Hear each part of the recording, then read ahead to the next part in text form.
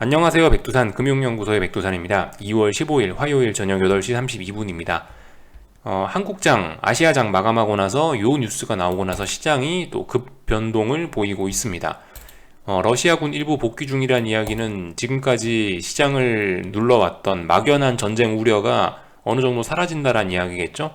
그러니까 어떻게 된다? 유럽 주식시장 급등하고 있고 미국 선물시장도 급등을 하고 있다. 나스닥이 1.5%, S&P가 1.4% 오르고 있습니다.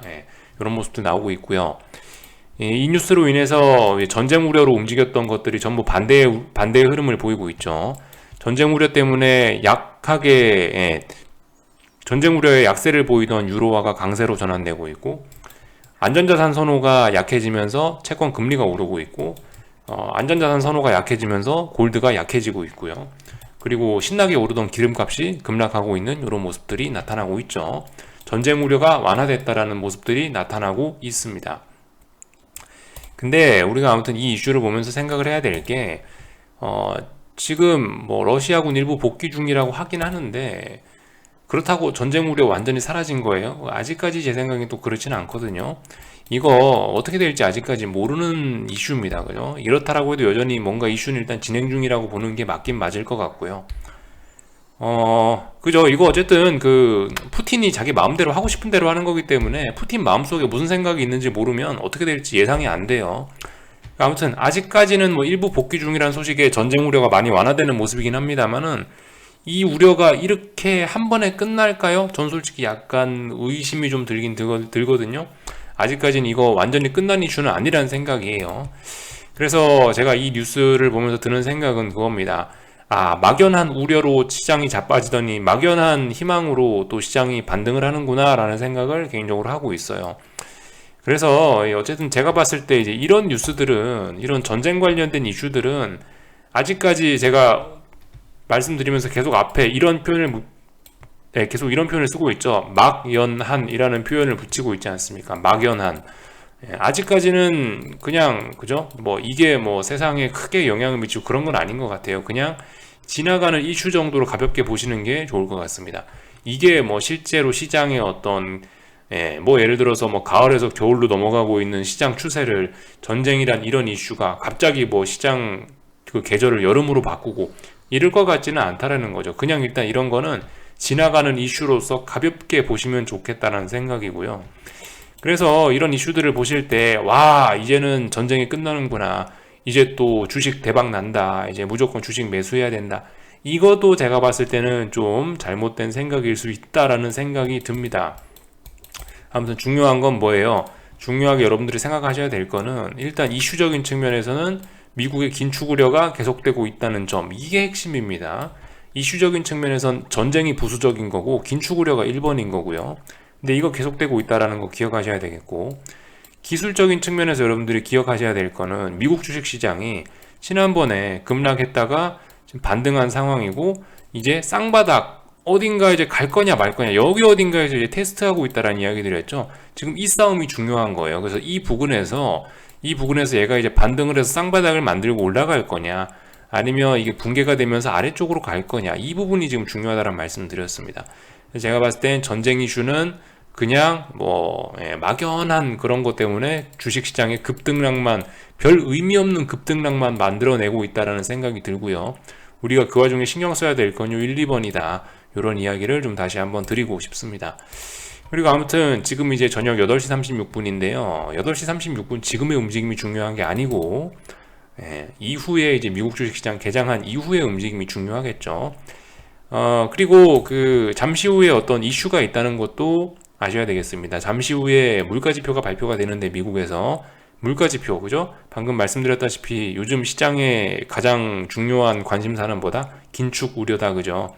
이거 물가지표니까 긴축 우려를 더 할 수도 아니면 덜어낼 수도 있는 그런 이슈니까요. 요거 잘 보셔야 되겠습니다.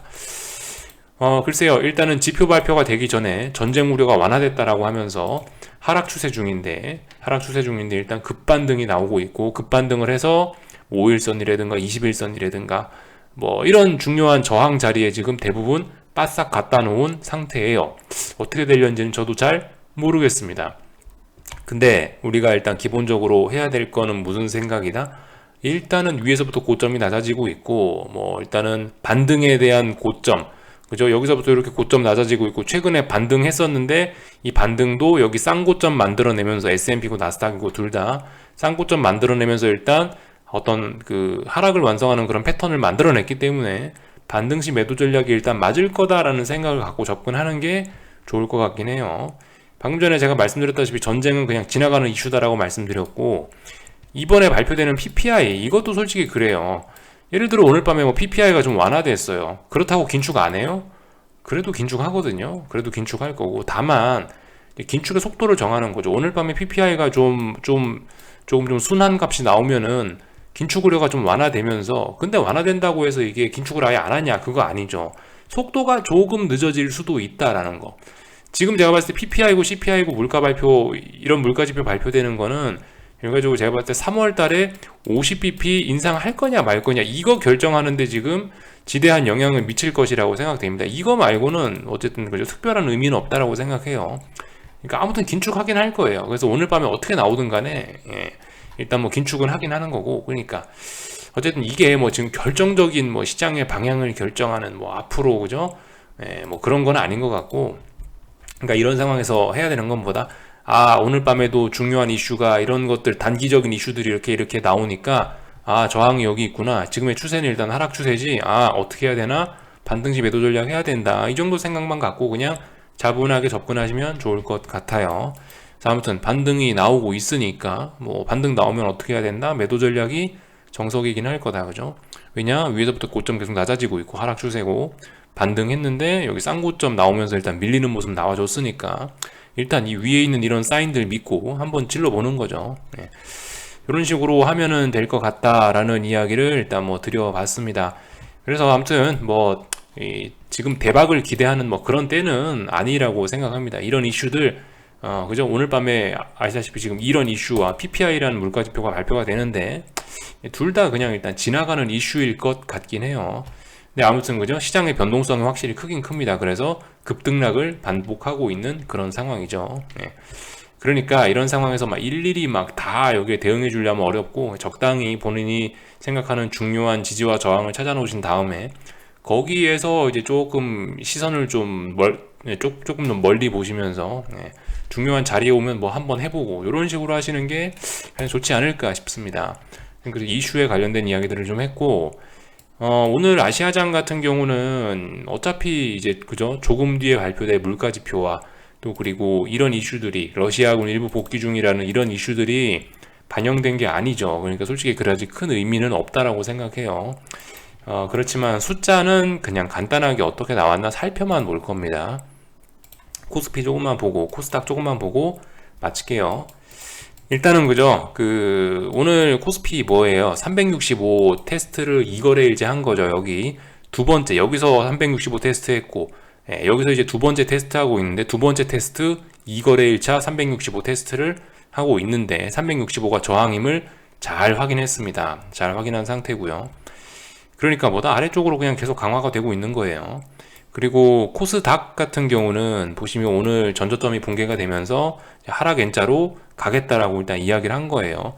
물론 이제 지금 현재 뭐 우크라이나 이슈가 어쩌고 저쩌고 PPI가 어쩌고 저쩌고 해서 내일 좀 상승할 수도 있겠죠. 그러니까 오늘 밤에 이러한 돌발 이슈들이 아직 반영이 된 게 아니기 때문에, 그러니까 일단 한국 지수 차트상으로만 보면 내일도 무조건 흘러내리는 게 맞긴 맞는데, 근데 이제 오늘 밤에 이슈들이 반영이 어떻게 되느냐에 따라 하락하는 게 자연스러움에도 불구하고 내일 상승할 수도 있겠죠. 근데 그렇다라고 해도 우리가 생각해야 될 건 뭐다?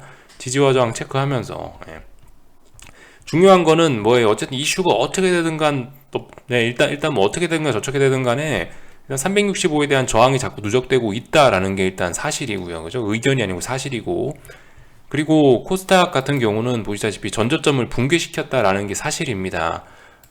뭐 오늘 밤에 그러니까 오늘 아무리 전쟁 우려가 있고 무슨 일이 난다 하더라도 코스닥은 강할 거였으면 이 자리를 지켜주는 게 맞았어요. 근데 이 자리에서 지금 지지력이 하나도 안 나왔죠. 오히려 지지력 붕괴됐죠. 제가 오늘 아침에 드렸던 이야기가, 이거 조금이라도 하락 마감하면 장 마감할 때 코스닥 숏 물량을 추가하는 게 정석적인 플레이일 수 있다라는 이야기를 드렸는데, 그죠? 아무튼 뭐 그런 모양이 딱 나와 버렸어요. 그래서 일단 그죠, 오늘 이런 모습으로 코스닥은 아래쪽으로 하락해야 될 목표치가 크게 열렸습니다. 근데 어쨌든 바로 갈지, 곧바로 다이렉트로 막 달릴지, 아니면은 여기서 또 비리비리 하면서 또 마치 뭐 병든 닭처럼 비실비실 슬슬슬 빠질지 어떻게 될지는 저도 잘 모르겠습니다. 일단 지금 우리가 알 수 있는 건 무게중심들이 많이 기울고 있다라는 점. 앞으로 어떻게 갈지는 모르겠지만 무게중심이 아래쪽으로 기울었으니까 어떻게 해야겠구나, 그 생각까지만 하면 되겠죠, 오늘은요. 하여튼 뭐 너무나 지나친 대박을 기대하거나 아직 그런 때는 아닌 것 같고요. 차분하게 보셨으면 좋겠고, 원달러 환율 같은 경우는 이제 1200원에 다시 터치를 해놨네요. 그죠? 그래서 하여튼 오늘 뭐 특별히 점검할 만한 게 없어 보입니다. 한국 주식시장 뭐 이런 모습이고요. 하여튼 미국, 그죠? 오늘 밤에 뭐 해야 된다고요? 지지와 저항 확인하면서 지켜보면 될 것 같고, 혹시나 뭐 14,700 부근에 온다면 저항 부근이니까 다시 한번 숏 매집하는 거, 뭐 이런 이야기 할 수 있을 거고요. 빅스 같은 경우 지금 현재 개장 전에 좀 많이 죽이고 있거든요.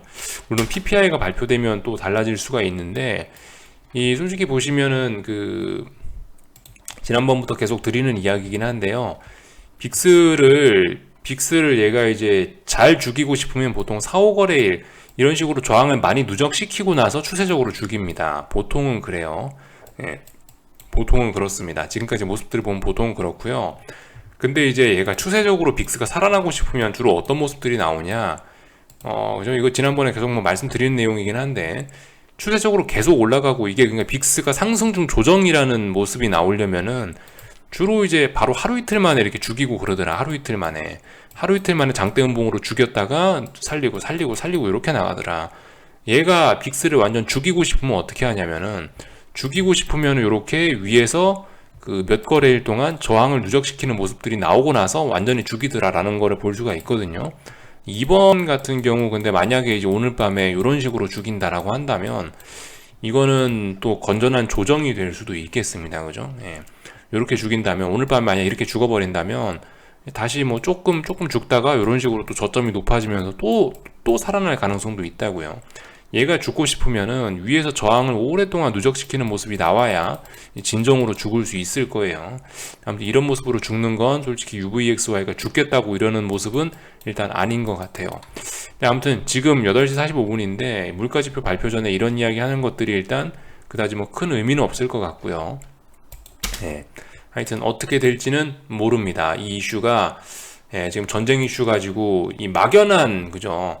이게 뭐 실체가 있지가 않아요. 도무지 실체가 있지 않아. 그러니까 전쟁 때문에 하락할 때도 막연한 공포 때문에 하락하고, 지금 상승도 어때요? 러시아군 일부 복귀 중이라고 했는데 이게 전쟁이 완전 끝나냐? 전쟁 가능성 0이냐? 뭐 저 바이든하고 누구예요? 저 푸틴이 만나서 막 악수라도 했나요? 그런 거 아니죠. 이것도 그러니까 막연한 전쟁 우려 완화예요. 그러니까 하여튼 지금 실체 없는 이슈들만 잔뜩 해서 여러분들의 이 심리만 불안하게 흔들리고 시장 변동성만 키우는 것 같아요. 그러니까 우리가 대응은 어떻게 해야 되나? 차분하게 보면서 지지와 저항만 체크하면서 추세가 뭐지? 하락이구나. 하락하면 반등할 때 뭘 해야 된다? 이런 생각만 갖고 그냥 차분하게 접근하셨으면 좋겠습니다. 그리고 마음 너무 급하게 먹지 마시고요. 기회는 내일도 오고 주식시장은 내일도 열리고 그러거든요. 그러니까 뭐 요 정도만 할게요. 궁금한 거는 리플 남겨주시고요. 또 내일 아침에 뵙도록 하겠습니다. 여기서 마치겠습니다.